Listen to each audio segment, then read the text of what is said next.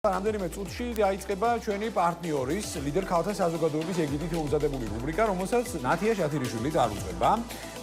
ძალიან საინტერესო სტუმართან ერთად და ვისაუბრებთ კულტურულ სამოქმედო ცენტრზე და მის ძირითად ასე ვთქვათ კონცეფციაზე. რამდენიმე წამში სტუმრები უკვე გულისებში არიან და მათთან ერთად ძალიან მალე გავშლით თემას. ეხლა რაც შეეხება თვითონ შინაარსობრივ ნაწილს, დღეს ძალიან საინტერესო თემები გელით თვითონ გადაცემაში, რამდენიმე მიმართულებით წარიმართება ჩვენი ასე ვთქვათ დისკუსიები, მაგრამ მანამდე სანამდე ჩვენი ბლოკები ასე ვთქვათ ამოიქოქება, კიდევ ერთხელ მინდა შევახსენო ჩვენს მაყურებელს, რომ სტატისტიკა, რომელიცაც დავიწყე რეალურად გადაცემა 2023 წელს წინა წლის შესაბამის პერიოდთან შედარებით, სექტორის ბრუნვა, ბიზნეს სექტორის ბრუნვა არის დაახლოებით 12.6% გაზრდილი. ამ შემთხვევაში მოცულობა არის 204 მილიარდ 600 მილიონი ლარი. საკმაოდ დიდი მაჩვენებელია ეს ყველაფერი. ესე ვთქვათ, გასულ წელს ბიზნესი მთლიანობაში 823.600 ადამიანს ასაქმებდა, რაც წინა წლის მაჩვენებელზე არის 5.7% მეტი. ხოლო დასაქმებულთა მთლიანი რაოდენობიდან 43.4% იყო ქალბატონი, ხოლო 56.6% იყო მამაკაცი. თემატურად გადმოვედით ზუსტად თქვენთან ნათია. დიდი მადლობა თქვენ დროისთვის კიდევ ერთხელ და მოკლედ ძალიან საინტერესო სტუმარი გვეყოლება დღევანდელ გამოშვებაში და მინდა რომ წარვადგინოთ მოკლედ დღევანდელი ჩვენი სტუმარი და თემა ისმეთ ყურადღებით. მოგესალმებით, მოვესალმებით ჩვენს ერთგულ მაყურებელს. დღეს ჩვენ ყავს ლიდერ ქალთა ორგანიზაციის წევრი ულამაზესი ქალბატონი მაია რაჯიბოვა, რომელიც არის საქველმოქმედო ფონდი სალამის დამფუძნებელი და ხელმძღვანელი და აკეთებს ძალიან მნიშვნელოვან საქმეს, არა მხოლოდ თავიანთი კუთხის აზერბაიჯანული მხარის, არამედ ერთობლივად საქართველოსა და აზერბაიჯანული მხარის ცხოვრები ადამიანებისთვის, რომლებსაც მათი დახმარება სჭირდება და გვერდში დგომა სჭირდება. ძალიან მნიშვნელოვანია დღეს ამ ქალბატონის ჩვენთან სტუმრობა ეთერში. მე ეთერს გარეთაც მას დიდი გულისწყრით ვუსმენდი და 8 წელი აქვს ძალიან დიდი ამ საქმეში, ამ საქველმოქმედო ფონდის დაარსებასა და არსებობაში. ის უკვე 10 წელია უძღვება ამ საქველმოქმედო ფონდს და შეიძლება მან არ თქვას ამ შესახებ, რაც ყველაზე მნიშვნელოვანი და საყურადღებოა, ვფიქრობ, ეს არის ის, რომ ამ საქველმოქმედო ფონდს არ აფინანსებს არავინ, ანუ არც შემოწირულობით, არც გრანტით და ასე შემდეგ, ეს არის აბსოლუტურად მის და თავისი ოჯახის კეთილნებაზე დამოკიდებული და დამყარებული და წარმოიდგინეთ იარსებოს საქველმოქმედო ფონდმა 10 წლის მანძილზე და ეს იყოს მხოლოდ მათი ოჯახის შესაძლებლობაზე დამოკიდებული და ასაზრდოებდეს საქველმოქმედო ფონდს ოჯახი. ძალიან დიდი მადლობა მინდა შემთხვევით ვისარგებლო და გადავხადო ქალბატონ მაიას და მის ოჯახს აი ესე ძალიან მნიშვნელოვანი საქმის კეთებისთვის. გადავიდეთ უკვე თემაზე და ვკითხოთ ქალბატონ მაიას დიდი მადლობა კიდევ ერთხელ თქვენი დროისთვის და რომ გვესტუმრეთ გადაცემაში და ახლა ნათიამ ძალიან კარგად მოყვა, ძალიან კარგი შესავალი გააკეთა და გადავიდეთ უკვე თემაზე, გვიანბეთ თქვენ საქმიანობაზე, ძალიან აინტერესებს ჩვენს მრავალრიცხოვან პუბლიკას. გამარჯობათ. დიდი მადლობა ქალბატონ ნათია.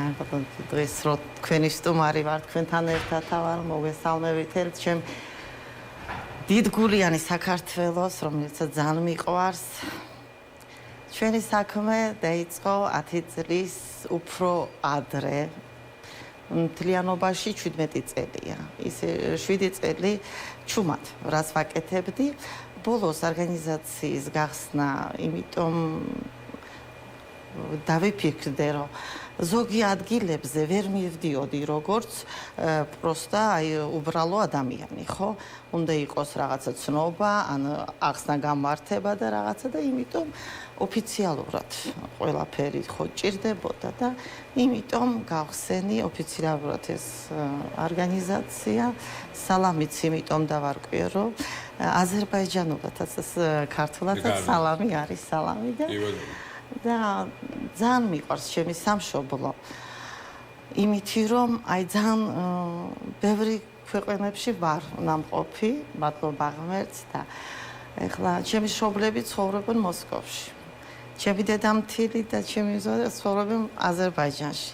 იქაც მეძახოდნენ, მაგრამ სადმე რომ ჩავიდე, ერთი კვირით მეტი ვერ ვჩერდი. იმიტომ რომ ამ მიწაში ვარ დაბადებული, ამ წყლითა ვარ გაზრდილი და ყველანაირად მინდა რომ რაც გავაკეთო, ვანახო ჩემი სამშობლოს ეს სითბო.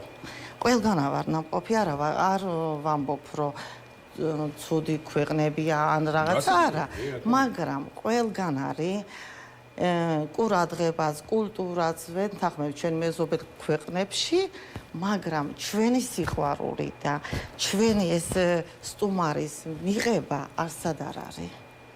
და იმიტომ მე მინდა ჩემ ქვეყანას, ჩემ საქართველოს გადავიხადო დიდი მადლობას, რომ სადღაც რო ჩავდივარ, ისეთი გულით რო ჩავდივარ, რომ საქართველოდან არის, იმიტომ რომ ისეთი გულკეთილიანია და შეიძლება იმდენად მდიდრები არა ვართ, მაგრამ გულით ძალიან მდიდრები ვართ და ისევ დარჩით. იმედია გამდიდრებით კიდეც, მაგრამ როგორც ყველა. ქალბატონია, თქვენ ხართ პროფესიით აბსოლუტურად სხვა კვალიფიკაცია გაქვთ, ანუ სამედიცინო სფეროს წარმომადგენელი ხართ წესით და რიგით კვალიფიკაციის მიხედვით. მაგრამ ამ ეტაპზე თქვენი ძირითადი ფუნქცია და დაკავებული ხართ საქველმოქმედო ფონდის ირგვლივ, ხო? აი, ალბათ დაგვაინტერესებს, რატომ გაჩნდა იდეა გაგეკეთებინათ საქველმოქმედო ფონდი, რამ განაპირობა? ქალბატონი, მაშინ აი სულ თავიდან რომ ყველა კარგად და ღრმად რო გამიგოს. მე ვარ დაბადებული ექიმის ოჯახში და ჩემი დედას არ ეყოლა ბავშვი. და ჩემი დედას მეუღლეც იყო ჩემი მამას ბიძა. ორი მხრიდან იყვნენ ეს. და გაძაწყვიტა ჩემი ბებიამ რომ მე უნდა გამიზარდოს დედაჩემის დეიდა ეგ ოჯახმა და 6 თვის რო ვიყავი მისცეს იმ ოჯახში და გავიზარდი იმ ოჯახში მაგრამ დედაჩემი სულ ახლოს იყო მეზობლად იყო და არ ვამბობ რომ აი სითბო მაკლდა ან რაღაცა არა მაგრამ მაინც მინდოდა რომ ჩემი დებთან რო ვიყო, მარტო რო ვიყავი, ხო, რაღაცა მინდოდა ერთიანი ის სითბო რაღაცა მაინც მიჭირდა. აი ეს მქონდა გულში, მაინც ბავშვიანობის ტრავმა, როცა ამბობენ, სითბოს ტრავმა. დანარჩენი არა, ნაკლებობა, ხო. მე რო ჩემი ოჯახი იყო და ის ყველაფერი, ის ოჯახის იმითი რომ ვნახე ყველა ის ძლიერი სიყვარულით და ღმერთმა ისაქნა რომ გავხდი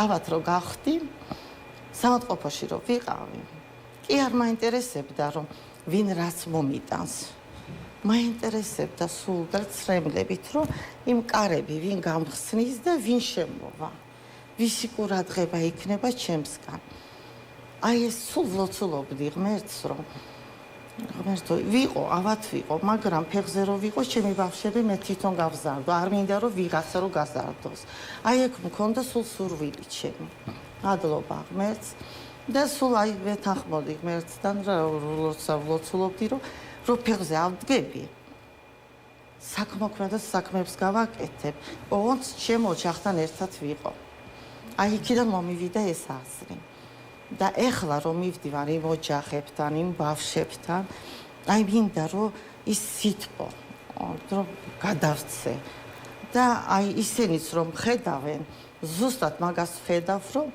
იმას არ ნახულობენ ჩემ პარკებში რა არის, რა მაქვს მოტანილი.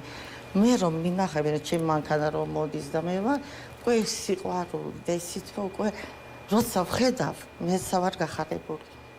არა, მაგარი ცოტა მძიმედ მოსასმენი იყო, ძალიან სენსიტიურ თემაში. მაგარია ის, რომ ანუ აი ესეთი ინსპირაციაზე არის აგებული მთელი აი საქველმოქმედო საქმიანობა.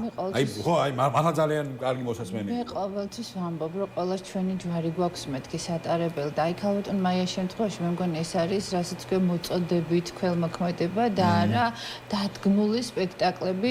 ბევრი საქველმოქმედო ფონდი დღეს ჩვენ ვიცით, რომ არის ჩვეულებრივი ფულის აკეთებელი მანქანა. ძალიან დრამის ვამბობ, მაგრამ ნუ ხშირ შემთხვევაში ეგრეა და აი ამ შემთხვევაში იმდენად გულიდან წამოსული სიტყვები მოვისმინე, მაქსიმალურად შევეცადე, რომ არ მეტირა რაღაცა ის ძალიან განვიცადე ხა ეს ამბავი და ქალბატონ მაია, ძირითადად რა ბენეფიციარები, ვინ არიან თქვენი ბენეფიციარები, წარმომადგენლები, საქველმოქმედო ფონდი, ვისაც უწევს აი ამ მომსახურებას და დაახლოებით, ალბათ 10 წლის მანძილზე საკმაოდ დიდი რაოდენობა იქნება, მაგრამ დაახლოებით ვინ არიან და რა რაოდენობის არიან ისინი?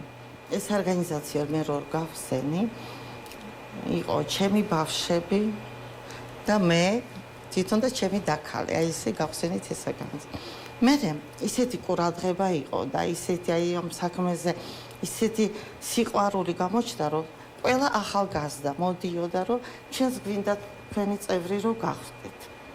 და ნელ-ნელა ავიღე იმ ბავშვები, რომლითაც მართლა სურვილი იყო. თუმცა შეგაწყვეტინებ მაპატიებ. ესენი უნდა ვიცოდეთ სანდრო, რომ არ არიან მხოლოდ აზერბაიჯანელი ოჯახის წარმომადგენლები. ესენი არიან როგორც ქართველი, როგორც აზერბაიჯანელი, ასევე ქართველი ოჯახის წარმომადგენელი ბავშვი, ქართველი ოჯახები. კი. პირველ რიგში, ალბათ. მე წეღან რატო უთხარი, რომ ჩემი სამშობლო მიყვარს? იმიტომ რომ ჩვენ ვართ აქ ისე გაზრდილები, რომ არ მეგონა ჩემი თავი, რომ მე ვარ აზერბაიჯანელი, ან ვარ ისა და იმიტომ რომ ერთად ვარ გაზრდილი.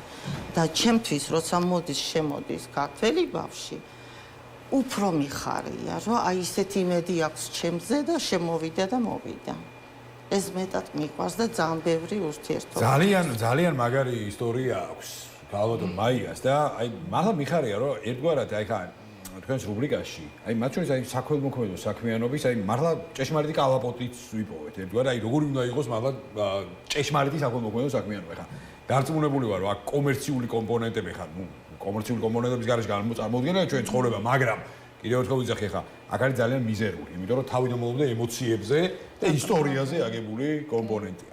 ნათია, ძალიან დიდი მადლობა ესეთი ადამიანების გაცნობისთვის, უპირველეს ყოვლისა.